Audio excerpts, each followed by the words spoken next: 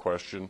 We just ask that you keep the questions to the process of what we're talking about and refrain from asking questions that speculate or get into the political dynamic of the case.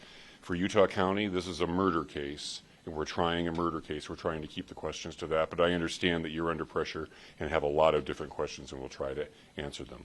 We're joined today by our sheriff and our prosecution team and our county commissioners. Jeff is going to be the only one speaking right now, and I'll introduce right now County Attorney Jeff Gray.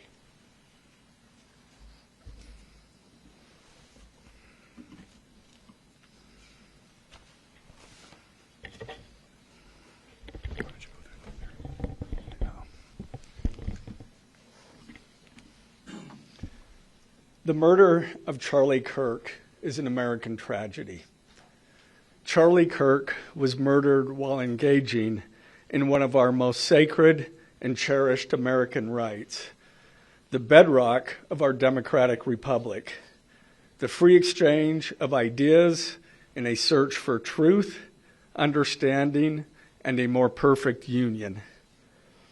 It is also an offense against the state and to the peace and enjoyment of the people of Utah and of all those who visit here. But Charlie Kirk's murder also strikes a more personal and intimate chord. Charlie Kirk was first and foremost a husband and a father to two beautiful young children. He was a son, he was a brother, and a friend. Like all murders, the senseless and needless taking of Charlie Kirk's life has shattered the lives of those he loved and those who loved him. To Charlie's wife, Erica, his two young children, his parents, his family, and his friends, I express my sincere condolences and offer my heartfelt prayers on your behalf. I also want to express my concern for everyone who was at Charlie's Turning Point USA event at the Utah Valley University, and all who have been impacted by this tragedy. As county attorney, I am charged with bringing justice to those who offend our laws. I am charged with bringing justice for those who are harmed. I am charged with bringing justice for Charlie Kirk. I am committed to these aims. I take this responsibility seriously. Today, after reviewing the evidence that law enforcement has collected thus far, I am filing a criminal information charging Tyler James Robinson, age 22, with the following crimes. Count 1, aggravated murder, a capital offense, for intentionally or knowingly causing the death of Charlie Kirk under circumstances that created a great risk of death to others. Count 2, felony discharge of a firearm causing serious bodily injury, a first-degree felony. The state is further alleging aggravating factors on counts 1 and 2 because the defendant is believed to have targeted Charlie Kirk based on Charlie Kirk's political expression and did so knowing that children were present and would witness the homicide. The state is also charging defendant with count 3, obstruction of justice, a second-degree felony for moving and concealing the rifle used in the shooting. Count 4, obstruction of justice, a second-degree felony for disposing the clothing he wore during the shooting. Count 5, witness tampering, a third-degree felony for directing his roommate to delete his incriminating texts. Count 6, witness tampering, a third-degree felony for directing his roommate to stay silent if police questioned him. And count 7, commission of a violent offense in the presence of a child, a Class A misdemeanor, for committing homicide knowing that children were present and may have seen or heard the murder and did so based on Charlie Kirk's political expression. Also, following the press conference, I am filing a notice of intent to seek the death penalty. I do not take this decision lightly, and it is a decision I have made independently as county attorney, based solely on the available evidence and circumstances and nature of the crime. Because we are seeking the death penalty, the defendant will continue to be held without bail in the Utah County Jail. Turning to the 10-page information, these are the allegations. On September 10th, 2025, at approximately 12:23 p.m., Charlie Kirk was shot and killed while speaking to a large crowd on the campus of Utah Valley University in Orem, Utah. Police found the suspected murder weapon, a bolt-action .30-06 rifle, nearby. Over the next approximately 33 hours, police conducted a manhunt for the shooter until the evening of September 11th, 2025, when Tyler James Robinson surrendered to police at the Washington County Sheriff's Office. DNA consistent with Robinson was found on the rifle's trigger. After shooting Mr. Kirk, Robinson hid the gun, discarded the clothing he wore when he fired the rifle, and told his roommate to delete incriminating text messages and not talk to police.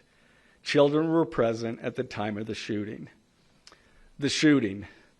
Turning Point USA, a nonprofit organization founded in 2012 by Charlie Kirk, organized a public outdoor event to be held at noon on September 10th, 2025 at UVU. The event was the first in a series of similar events to be held at college campuses nationwide. Mr. Kirk is a well-known conservative activist famous for these type of events where he discusses various political issues and debates with audience members. His events and comments have garnered a significant number of supporters and drawn the ire of many who disagree with his political views. The event at UVU was announced far in advance and garnered significant publicity and interest. Consequently, several hundred people attended. Mr. Kirk was interacting with a crowd before the event officially got underway.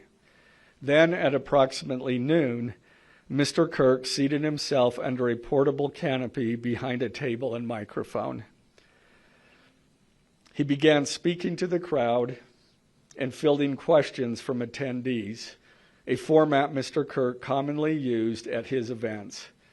Mr. Kirk allowed his questioners to approach a microphone positioned directly in front of him. Mr. Kirk's team members were very close to him on his right and left, as well as some behind his canopy and others at various close locations near him. The large crowd surrounded Mr. Kirk on three sides. Temporary metal fencing separated attendees from Mr. Kirk by only a matter of feet. Directly above and behind Mr. Kirk was the UVU Hall of Flags, an indoor walkway spanning several hundred feet with floor-to-ceiling glass windows which overlooked the plaza where Mr. Kirk was seated. People were in the walkway at the time of the shooting. Approximately 15 minutes into the event, Mr. Kirk was answering a question about mass shootings by transgender individuals when a gunshot rang out. The bullet struck Mr. Kirk in the neck. He slumped to the ground almost immediately. The bullet's trajectory passed closely to several other individuals beside Mr. Kirk, including the questioner who was standing directly in front of Mr. Kirk. Children were visible near Mr. Kirk's stage when he was shot. Mr. Kirk was rushed to a nearby hospital where he was declared deceased. The medical examiner's report is still pending. So UVU surveillance. So at the moment of the shot, a UVU police officer was watching the crowd from an elevated vantage point. As soon as he heard the shot, he began to scan the area for threats. Believing the shot came from a rifle because of its sound, he looked for potential sniper positions. He noted a roof area approximately 160 yards away from Mr. Kirk as a potential shooting position and rushed there to look for evidence. The suspected shooting position is adjacent to an open, publicly accessible walkway. To access the suspected location, a person must climb over a railing and then drop to the roof only slightly below. The UV officer climbed over the railing and down onto the roof. He then walked to the suspected shooting position and confirmed a clear shooting corridor between the position and Mr. Kirk's seat. He also noticed markings in the gravel rooftop, consistent with a sniper having lain on the roof, impressions in the gravel potentially left by the elbows, knees, and feet of a person in a prone shooting position. Police reviewed surveillance from the camera covering the roof and discovered that it recorded an individual dressed in dark clothing cross the railing from the public walkway and drop onto the roof at approximately 12:15 p.m. Although the individual moved out of the camera's view for a short time, the camera again captured the individual running across the roof and then low crawling to the area the UVU officer recognized as where the suspected sniper had dropped into a prone shooting position. After a short time, which matches the known time of the shot, the individual arose and ran across the roof to the northeast. This discovery led to an intensive review of UVU surveillance recordings to attempt to track and identify the suspect. Surveillance revealed the following. At approximately 11:51 a.m., the suspect entered campus from the north. He is seen wearing a black shirt with an American flag in the center, a dark baseball cap, and large sunglasses. Throughout the surveillance, the suspect keeps his head down and rarely raises his head enough to get a clear image of his face. As he proceeds across the campus, he is seen walking with an unusual gait. The suspect walks with very little bending in his right leg, consistent with a rifle being hidden in his pants. This unusual gait continues until the suspect is seen crossing the railway off the open walkway and onto the roof, where he leaves the camera's view. A camera later captures the suspect as he runs across the roof to the suspected shooting position. Immediately after the shot was fired, a camera captures the suspect running across the roof carrying an item whose shape is consistent with a rifle. The suspect is then seen climbing down from the roof. He appears to drop the item he was carrying as he hits the ground in a controlled fall. He then picks up the item and runs toward the northeast end of campus. Expanded crime scene investigation. Law enforcement officers followed the suspect's escape path to the northeast end of campus, where they believe the suspect left campus and entered a wooded area. In that wooded area, investigators found a bolt-action rifle wrapped in a towel. The rifle contained one spent round and 3 unspent rounds. This is consistent with the facts officers observed at the time of and immediately after the shootings. No shell casings were found on the roof, suggesting a bolt action rather than an auto-loading weapon, and only a single round was fired. Each round in the rifle contained an etched inscription as follows. The fired cartridge was etched, "No Tice's bulge, OWO, what's this?" The second cartridge that was again not spent, the last 3 were not spent, were not fired. The second, "Hey Fascist," catch with arrow symbols. The third cartridge, "Oh Bella Ciao, Bella Ciao, Bella Ciao, Ciao Ciao." The fourth cartridge, "If you read this, you are gay," LMAO.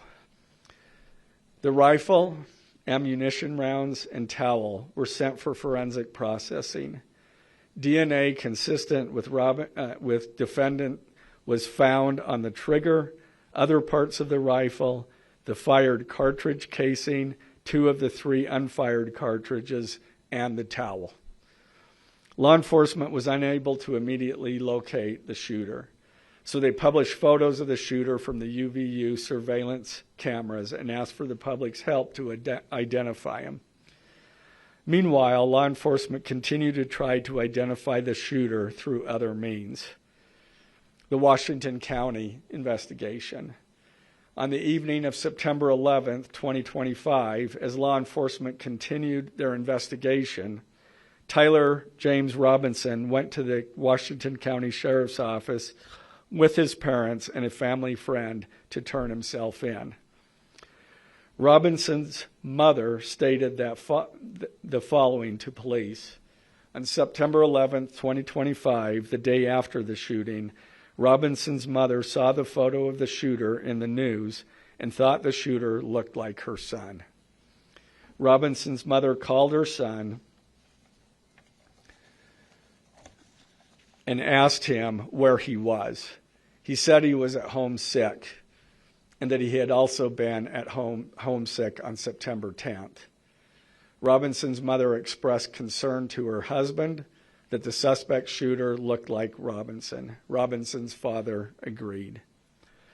Robinson's mother explained that over the last year or so, Robinson had become more political and had started to lean more to the left, becoming more pro-gay and trans rights oriented. She stated that Robinson began to date his roommate, a biological male who was transitioning genders.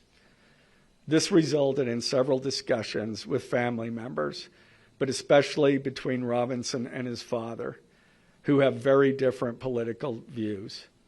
In one conversation before the shooting, Robinson mentioned that Charlie Kirk would be holding an event at UVU, which Robinson said was a stupid venue for the event.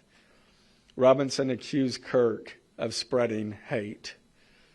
Robinson's father reported that when his wife showed him the surveillance image of the suspected shooter in the news, he agreed that it looked like their son.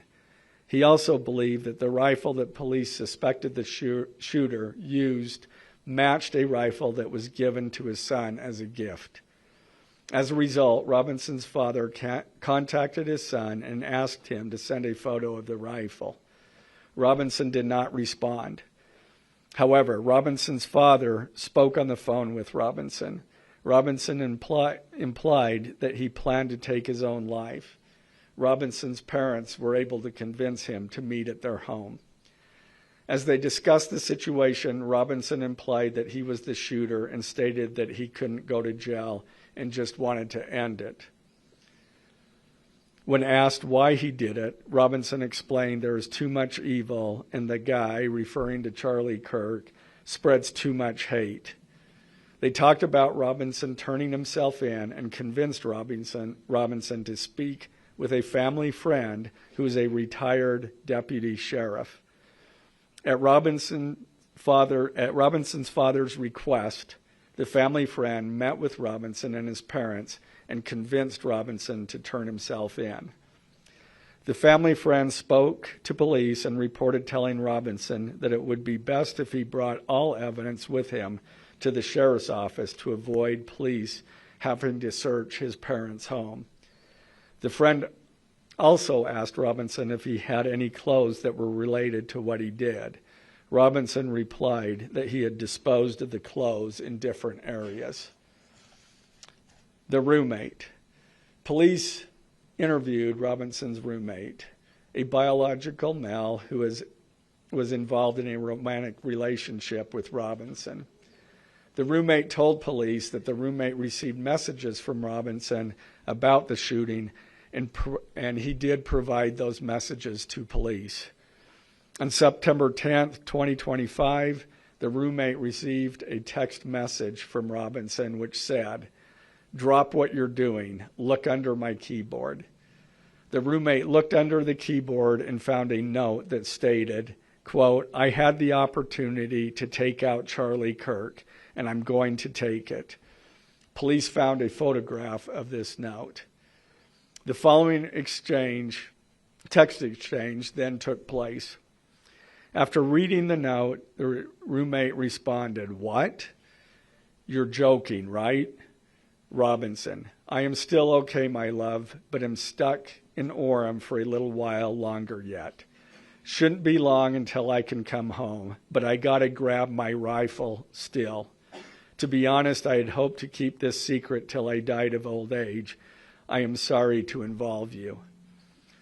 Roommate, "You weren't the one who did it, right?" Robinson, I am. I'm sorry." Roommate, "I thought they caught the person." Robinson, "No, they grabbed some crazy old dude, then interrogated someone in similar clothing. I had planned to grab my rifle from my drop point shortly after, but most of that side of town got locked down. It's quiet, almost enough to get out, but there's one vehicle lingering." Roommate, "Why?" Robinson, "Why did I do it?" Roommate, "Yeah." Robinson, "I had enough of his hatred. Some hate can't be negotiated out. If I am able to grab my rifle unseen, I will have left no evidence. Going to attempt to retrieve it again. Hopefully they have moved on. I haven't seen anything about them finding it." Roommate, "How long have you been planning this?" Robinson, "A bit over a week, I believe. I can get close to it, but there is a squad car parked right by it. I think they already swept that spot, but I don't want to chance it." Robinson again, "I'm wishing I had circled back and grabbed it as soon as I got to my vehicle. I'm worried what my old man would do if I didn't bring back Grandpa's rifle. IDEK if it's had a serial number, but it wouldn't trace to me. I worry about prints. I had to leave it in a bush where I changed outfits. Didn't have the ability or time to bring it with.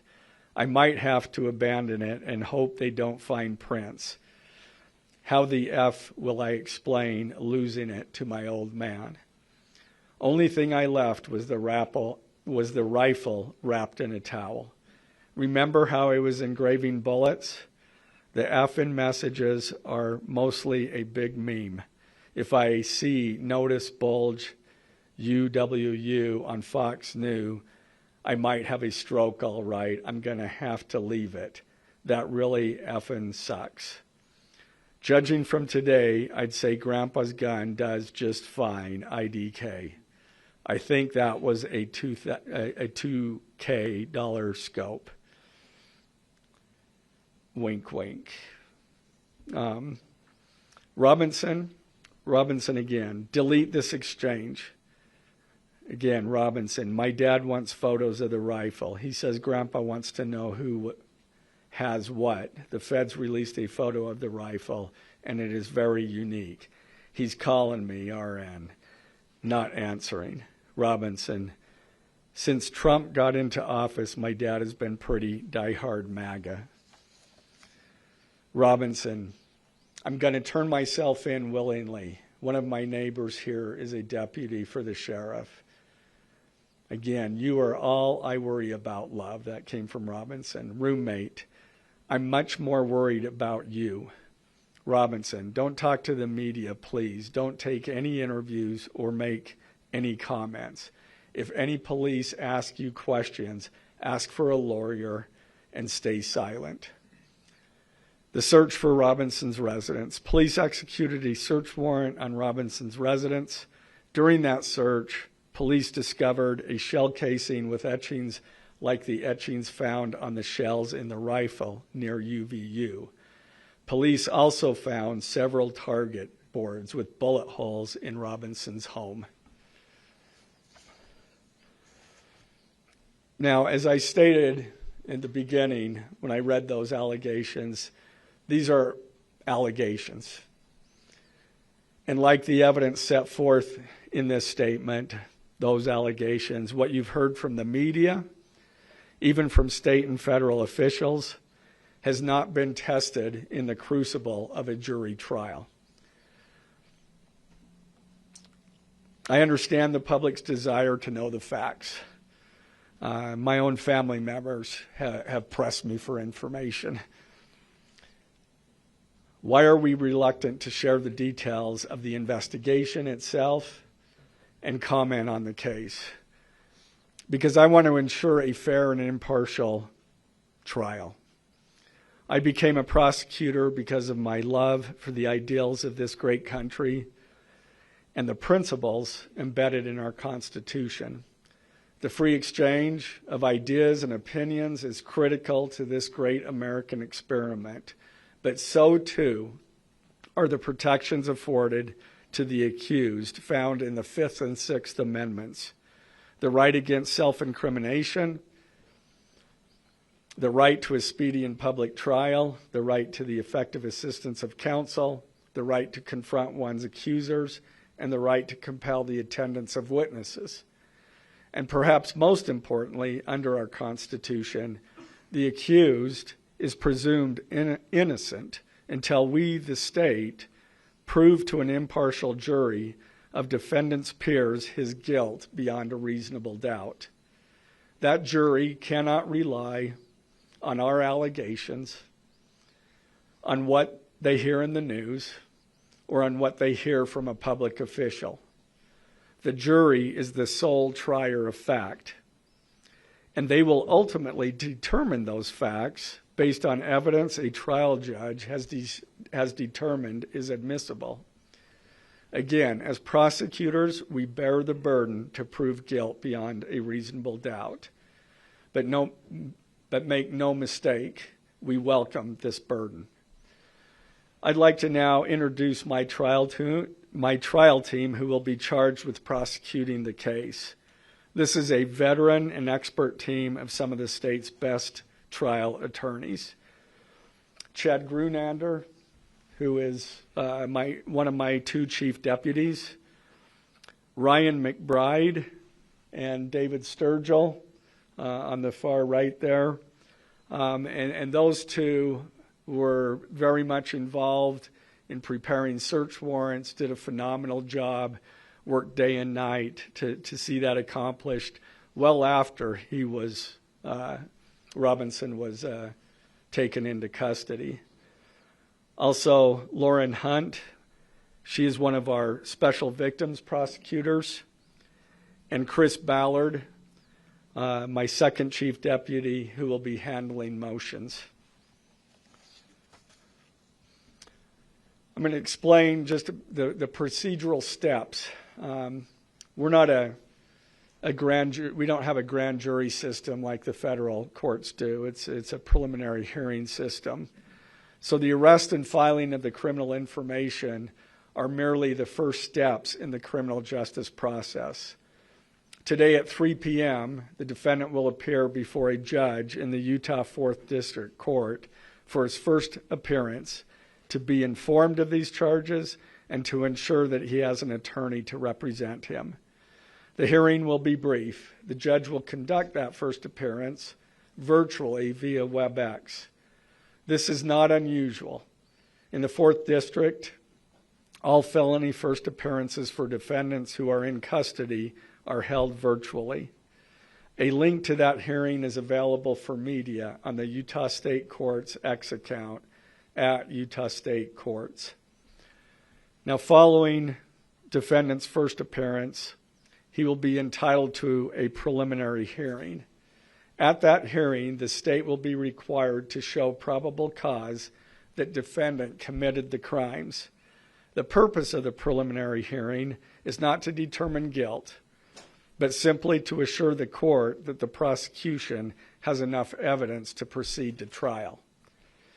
If a judge finds probable cause and binds the case over for trial, an arraignment hearing will be held. At that hearing, a judge will again inform defendant of the charges against him and require him to enter a plea to each charge. The next step following the arraignment is an opportunity for the parties to file any relevant motions and then ultimately the trial itself. This case has generated a tremendous amount of interest across our nation and even the world. The public's desire for information is understandable, but it bears reiterating that this case will be tried in a court of law consistent with our Constitution, not the court of public opinion. Thus, we will only discuss the case with the press occasionally. It will not be a day-to-day or even week-to-week occurrence, but we will only do so in a manner as not to jeopardize the fair trial process. Before I conclude, I want to express my appreciation for the tireless work of our local, state, and federal law enforcement officers. They have an extremely difficult, dangerous, and often thankless job. I'm proud to acknowledge the exceptional work they do every day, and particularly their work on this case. It was truly a marvel to witness. Their skilled work and dedication have brought us to this point. I'm also grateful for the leadership demonstrated by Bo Mason, the Commissioner of the Utah Department of Public Safety, FBI Special Agent in Charge Rob Bowles, Utah County Sheriff Mike Smith, our local police chiefs, and Felice John Vitti, the acting U.S. Attorney for the District of Utah. I'm also grateful for the support of our Governor, Spencer Cox, and our Attorney General, Derek Brown, who is standing behind me today and has offered his support and resources as we proceed to trial. Finally, I want to thank our Utah County Commissioners, Amelia Powers Gardner, Brandon Gordon, and Skylar Beltran. They too have pledged to assist with the resources needed to successfully prosecute this case. I will now take a few questions. For questions, ladies and gentlemen, just really fast, if you could identify yourself and what organization. Yeah, thank you. Okay.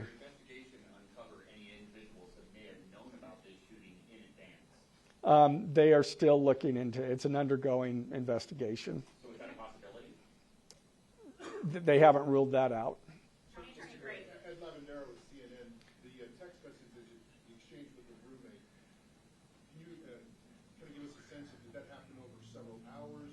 Did it happen before? I don't have that information. Emily Anderson, Stern, the Salt Lake Tribune. I know, acknowledging that you made this decision to pursue the death penalty independently, did you hear it all from the Trump administration or Governor Cox's administration as you were working on these charges? I talked to officials from both administrations, but I was not pressured to make a decision. I understood their feelings on it because it was in the news, but we didn't really discuss that.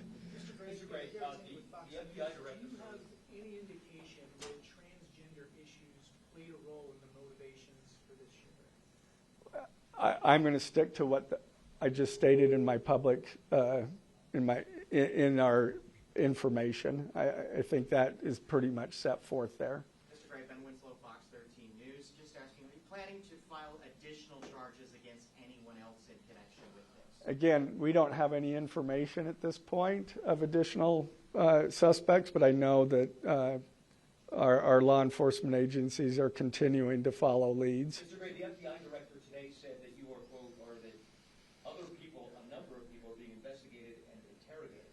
So it seems that there are people who might be up for prosecution. Yeah, I'm not. Do you think that the suspect was a lone wolf, or could this be part of a... I can't comment on that. I'm not aware of all their investigation. I just know that these agencies are continuing to investigate this case and follow all leads. Jenna Sophia with BBC News. Would like to know, how does this possibly interface with any federal charges? That's up to the feds. They have different charges, and they're reviewing the evidence, and After they review the evidence and the law, they could file charges, but I'm not privy to exactly what they're looking at. Dennis Hope with the BBC. You spoke a lot about text messages with the roommate. The governor previously said the roommate is cooperating, but could we see charges against the roommate? Again, I'm not prepared to answer that question. Is it unusual to cite a political motivation as an aggravating circumstance? It's part of our code, and so we charge that. For those that aren't of a legal mind, is this a confession to text messages? Is that legally a confession? And is he cooperating since he's been taken into custody? Ultimately, a judge will determine that at trial. And cooperation, has he spoken at all? Has he been cooperating since he's turned into Again, I'm not going to comment on that. Has he had any statements at all? Mr. Gray, Morgan Chesky, NBC News. Okay. What more can you tell us about the suspect's time online that some say radicalized him? I am not aware of that information. It's, again, still under investigation. And has he expressed any remorse so far about this attack? I am not going to comment on that. Is he continuing to not cooperate? I am not going to comment on that. Mr. Gray, the FBI director has been way out in front in terms of presenting evidence to the public. Your team has been very circumspect, very measured in what they've let out. Has that hampered your investigation and the build-up to this? Well, as attorneys, we typically like to control that information to preserve an impartial jury and a fair trial. So has it made a reputation? Ex- Excuse me? I don't have that information. Can you tell us more about what the family may have said in interviews? Um, His mother? What the family said is what I provided. Mr. Gray, do you anticipate that the defense will try to get this trial moved out of Utah County, and how will you respond to that? That from where? From Utah County? That the defense will be from Utah County? That they will try to get the trial moved to a different location? I couldn't predict what they're going to do. Is there any of this suggest that the timing of the shot and the question that was asked about mass shootings, transgender, is that more than coincidence? That will be for a jury to decide. Mr. Gray, are you confident that the roommate had no part of this attack whatsoever? Again, I'm not going to comment on the evidence. But the evidence so far, does it show any involvement? Again, I'm not going to comment on other than the facts that or the evidence that we've gathered so far. Suspension of the DNA here in the press conference jeopardize his right to a fair trial? I don't believe so. This is part of a public document that we have to file as we file a criminal information. We have to file a probable cause statement. That's a public document, and so we're comfortable with that. Are his parents and the roommate still cooperating?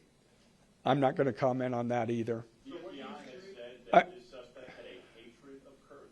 What else can you share about that? I can't share any more than what I've already said. This was an incredibly precise shot. Do you have any evidence that he went places to practice or have tracked his movements before the shooting that's giving you insight into how he prepared? The evidence that I'm willing to share is what I just read in our statement, and it's in the Ladies and gentlemen, I'm information. afraid we're going to have to cut it off there. Okay. Okay. Did you consult Eric and Kirk about seeking the death penalty? I'm not going to comment on that. Okay. Thank you, ladies and gentlemen.